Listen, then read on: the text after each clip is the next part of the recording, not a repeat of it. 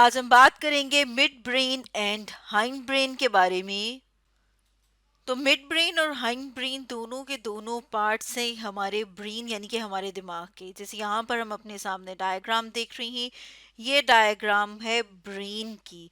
और ब्रेन के जो है वो थ्री पार्ट्स होते हैं, जिसमें से फोर ब्रेन को डिटेल में डिस्कस कर चुके हैं हम अपनी लास्ट वीडियो में।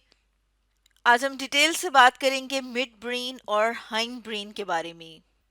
तो जैसे यहाँ पर हम अपने सामने डायग्राम में देख रहे हैं कि हमारे ब्रेन का ये वाला रीजन जिसे कि हाईलाइट किया हुआ है रेड से कलर में, जैसे कि यहाँ पर हम देख रहे हैं, इसे कहा जाता है मिड ब्रेन। और ये वाला रीजन जो कि ब्लू में हाईलाइटेड है, इसे कहा जाता है हाइंड ब्रेन।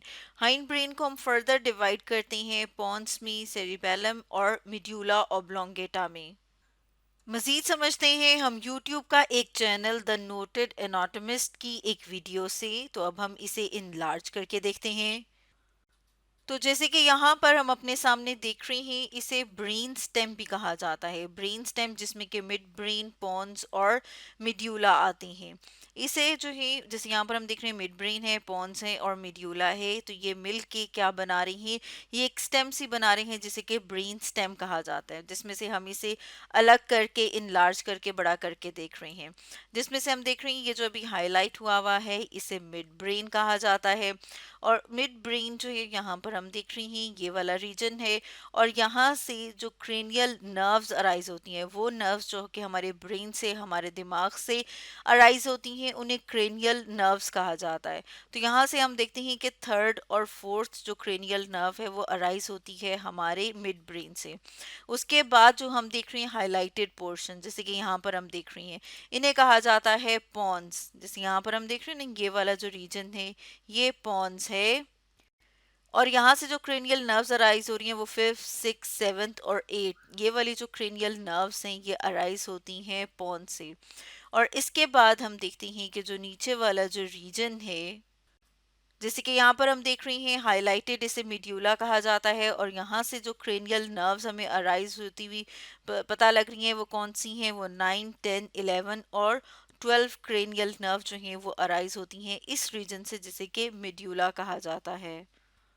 तो जैसे यहाँ पर हम देख रहे हैं कि इन तीनों को भी लेबल किया हुआ है, मिड ब्रेन, पॉन्स और मिड्यूला। और इनसे अराइज होने वाली जो क्रेनियल नर्व्स हैं, CNN से भी ये पता लग रहा है कि क्रेनियल नर्व्स का जो नंबर है वो आगे मेंशन हुआ हुआ है।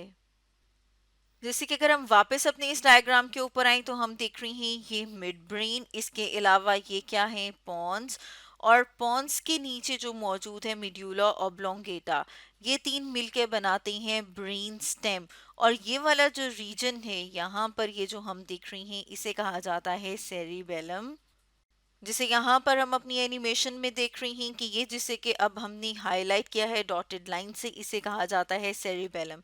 और सेरिबेलम जो है, और ये मौजूद होता है पोस्टीरियर क्रेनियल फोसा में।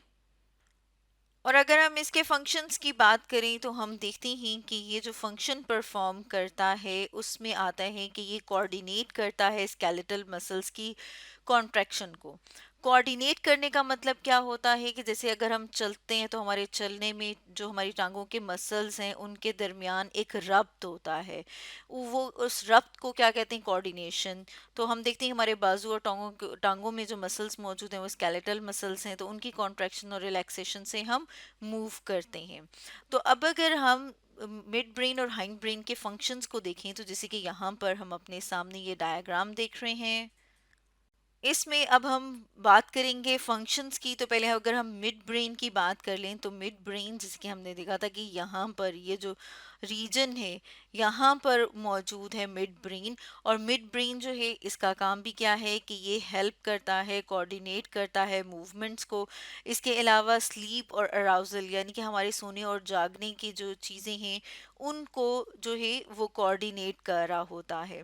इसके साथ साथ अब अगर हम यहाँ पर देखें ओवरऑल ब्रेन स्टेम का काम, तो ब्रेन स्टेम जो है जिसके अंदर पॉन्स हैं, मिड ब्रेन है और मिड्यूला है, इसका काम क्या है कि ये एज अ रिफ्लेक्स सेंटर भी काम करता है या रेगुलेट करता है रिफ्लेक्स एक्टिविटीज को। इसका क्या मतलब है, यानी कि ये जितनी भी चीज़ें ऊपर हमारे हाई ब्रेन सेंटर्स में जाती हैं उनको फिल्टर आउट भी करता है, यानी कि देखता है कि कौन से मैसेज आगे ब्रेन में पहुंचाने और कौन से नहीं पहुंचाने। इसके अलावा हम देखते हैं कि जो हमारी हार्ट बीट है, यानी हमारे दिल का धड़कना है, रिस्पायरेशन है, इस तरह के जो क्रिटिकल हमारी बॉडी के फंक्शंस हैं उनको भी देख रहा होता है हमारा ब्रेन स्टेम। इसके अलावा यहाँ पर हम देख रहे हैं कि हमें एक बंडल नज़र आ रहा है जिन्हें कि रेटिकुलर फॉर्मेशन कहा जाता है।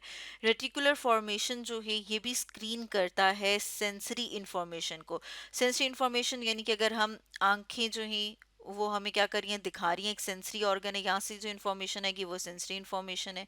हम कोई चीज़ सूंघते हैं तो यहाँ से जो इन्फॉर्मेशन आ रही है वो भी सेंसरी इन्फॉर्मेशन, यानी हमारे सेंसरी ऑर्गन्स जो हैं उनसे जो इन्फॉर्मेशन आती है उसे सेंसरी इन्फॉर्मेशन कहा जाता है।